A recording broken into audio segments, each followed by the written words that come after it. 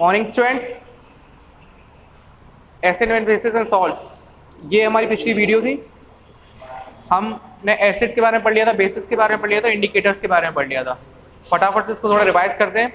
Acid which is जो हम test कर, अगर सोर टेस्ट करता है जो, और जब उसको हम किसी लिटमस पेपर पे पुट करते हैं तो वो रेड कलर में चेंज हो जाता है, वो हमारा एसिड होता है। वहीं बेस जो टेस्ट होता है इसका कड़वा, बिटर इन टेस्ट, और फील सोपी ऑन टचिंग, और जब हम इसको टच करते हैं तो हमें सोपी सा फील होता है, मतलब झाग वगैरह सा फील होता है, वो आपके बेसिस होते हैं। और जब इसको आप लिटमस पेपर पे किसी पे टेस्ट करोगे तो वो ब्लू कलर में चेंज, अगर ब्लू कलर में चेंज हो रहा तो इसका मतलब वो बेस है। उसके बाद आपका था इंडिकेटर्स। इंडिकेटर्स क्या होते हैं? जो टेस्ट करते हैं कि whether the solution is acidic और बेसिक, मतलब जो आपको बताते हैं कि क्या वो सॉल्यूशन या वो सब्सटेंस एसिडिक है या बेसिक है, वो सॉल्यूशन एसिडिक है या बेसिक है, वो आपका इंडिकेटर्स होते हैं। उसके बाद हमने पढ़ा था नेचुरल इंडिकेटर लिटमस के बारे में, कि इसकी स्ट्रिप्स आती हैं, सॉल्यूशन में भी आता है, जिससे आपको पता चल जाए कि वो पता करता है कि ये सॉल्यूशन आपका एसिडिक या बेसिक है। इसके बाद आपका आता है turmeric. Turmeric is also a natural indicator. जो हल्दी होती है आपकी, वो भी एक नेचुरल इंडिकेटर है।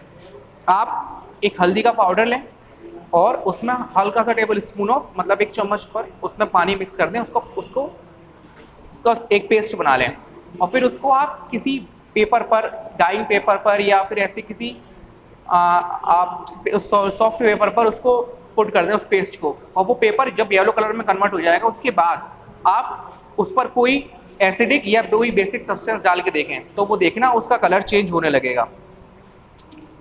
इसके बाद आता है आपका चाइना रोज। चाइना रोज भी मतलब आपका गुड़हल का आपने कहीं फूल वगैरह देखे होंगे, वो भी एज अ इंडिकेटर यूज होता है। वो मतलब वो भी आपको बता सकता है, वो भी ऐसा इंडिकेटर है कि वो भी आपको बता सकता है कि सॉल्यूशन एसिडिक है या बेसिक है। इसको अगर हम देखें तो आपको चाइना रोज को एक बीकर में कलेक्ट कर लेना है, उसके बाद उसमें थोड़ा वार्म वाटर, मतलब एक गुनगुना पानी, उसमें मिक्स कर देना है। Keep the mixture for some time till water becomes coloured, और फिर आपको उस मिक्सचर को तब तक रख देना जब तक वो पानी जिसमें चाइना रोज पड़ा हुआ है वो वाटर कलर्ड, मतलब कलर हो जाए, उसमें कलर में चेंज हो जाए। Use the coloured water as an indicators, और फिर आप उस कलर्ड वाटर को एज एन इंडिकेटर यूज़ कर सकते हैं। मतलब अगर आप उसको शैम्पू के ऊपर डालेंगे तो वो आपका कलर चेंज हो जाएगा ग्रीन, और अगर आप उसको लेमन जूस के ऊपर डालेंगे तो वो चेंज कलर हो जाएगा आपका डार्क पिंक, मेजेंटा जिसे कहते हैं। इसका मतलब ये है कि जब चाइना रोज सॉल्यूशन एसिड के ऊपर डलता है तो वो कलर चेंज करता है डार्क पिंक, और जब वो बेसिक के ऊपर उसको पुट करा जाता है तो वो कलर चेंज करता है ग्रीन। जैसे कि लिटमस जब एसिड के ऊपर जाएगा तो कलर चेंज करेगा रेड, जब बेस के ऊपर जाएगा तो कलर चेंज करेगा ब्लू। वही चाइना रोज जब एसिड के ऊपर पुट करेंगे तो कलर चेंज होगा डार्क पिंक, जब बेस के ऊपर क्लिक करेंगे तो कलर चेंज होगा ग्रीन। इसके बाद आपकी ये आती है न्यूट्रलाइजेशन रिएक्शन। उससे पहले मैंने आप इसमें एक और था, एक तो आपके हो गए एसिड एंड बेसिस। अब कुछ होते हैं solution neutral.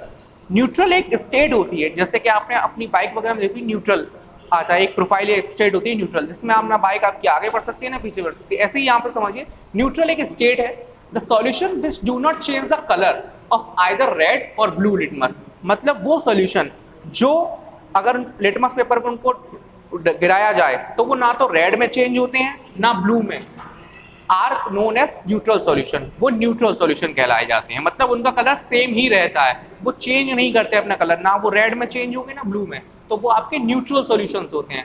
These substances are neither acidic nor basic, और ये सब्सटेंस ना तो एसिड होते हैं ना बेस, क्योंकि वो ना तो ब्लू में चेंज हो रहे हैं ना रेड में, तो ना वो एसिड कहे जाएंगे ना बेस। इसी के बाद इस न्यूट्रल आती है आपकी न्यूट्रलाइजेशन। न्यूट्रलाइजेशन क्या है? When acids react with base.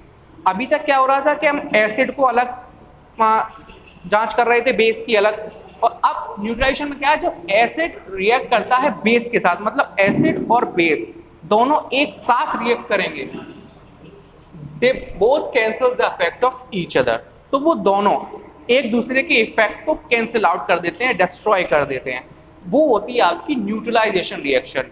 और न्यूट्रलाइजेशन रिएक्शन में क्या आता है, हीट आपकी इवॉल्व होती है। इसका एक एग्जांपल बताता हूं मैं आपको। आपको एक टेस्ट ट्यूब लेनी है, उस टेस्ट ट्यूब में आपको डाइल्यूट हाइड्रोक्लोरिक एसिड ले लेना। डाइल्यूट मतलब पतला करके, उसको थोड़ा पतला हाइड्रोक्लोरिक एसिड ले लेना है। और आप उसका कलर उसको ऑब्जर्व कर लें पहले से ही कि उसका कलर क्या है। उसके बाद यहाँ पर एक इंडिकेटर यूज़ करना है, फिनोल्फ्थलीन। फिनोल्फ्थलीन में एक तरीके का इंडिकेटर है जो एक फिनोल्फ्थलीन ऑर्गेनिक कंपाउंड है बेसिकली, जो एज अ इंडिकेटर यूज़ होता है।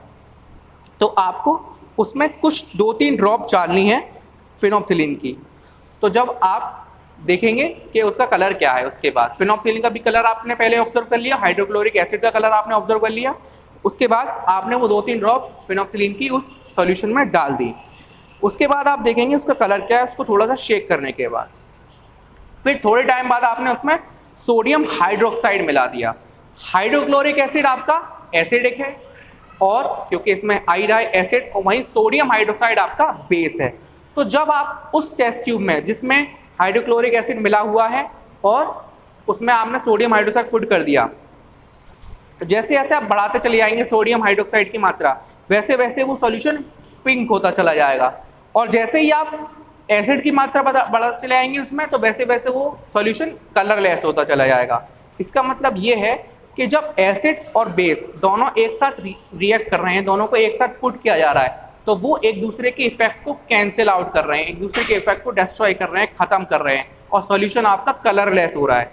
वहीं अगर हम इसमें फिनोल्फ्थलीन बॉल मिलाएंगे, तो जब एसिड की मात्रा ज़्यादा होगी तो सॉल्यूशन आपका कलरलेस हो जाएगा, जब बेस की मात्रा ज़्यादा होगी, मतलब बेस की परसेंटेज उसमें ज़्यादा हो जाएगी, तो वो उसका जो सॉल्यूशन का कलर है वो पिंक हो जाएगा।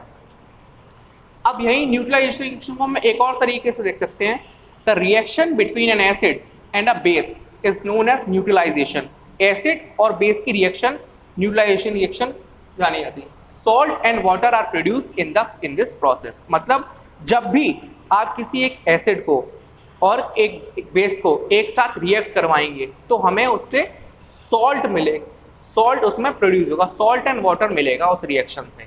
और इन रिएक्शन में हीट इवॉल्व होती है। हीट कैसे इवॉल्व होती है? जैसे कि अगर आप अभी आपने देखा कि जब आप हाइड्रोक्लोरिक एसिड को टेस्ट ट्यूब में लेंगे, एक डाइल्यूट हाइड्रोक्लोरिक एसिड को, और उसमें बेस यानी कि सोडियम हाइड्रोक्साइड को पुट करेंगे, तो आप देखेंगे टेस्ट ट्यूब धीरे धीरे गर्म होता चला जाएगा, यानी कि इसका मतलब है उस रिएक्शन के अंदर हीट इवॉल्व हो रही है। तो यहाँ पर हम सिंपल तरीके से देख सकते हैं एसिड प्लस बेस, मतलब जब एसिड रिएक्ट करेगा बेस के साथ, तो हमें क्या प्रोडक्ट मिलेगा? Salt plus water.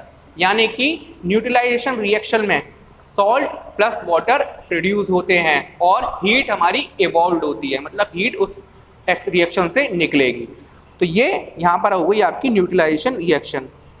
इसके कुछ एग्जाम्पल भी दे सकते हैं, जैसे अगर हाइड्रोक्लोरिक एसिड जो कि एक एसिड है HCl plus sodium hydroxide NaOH जो कि एक बेस है, इन दोनों की रिएक्शन करवाएंगे तो आपको मिलेगा सोडियम क्लोराइड प्लस वाटर।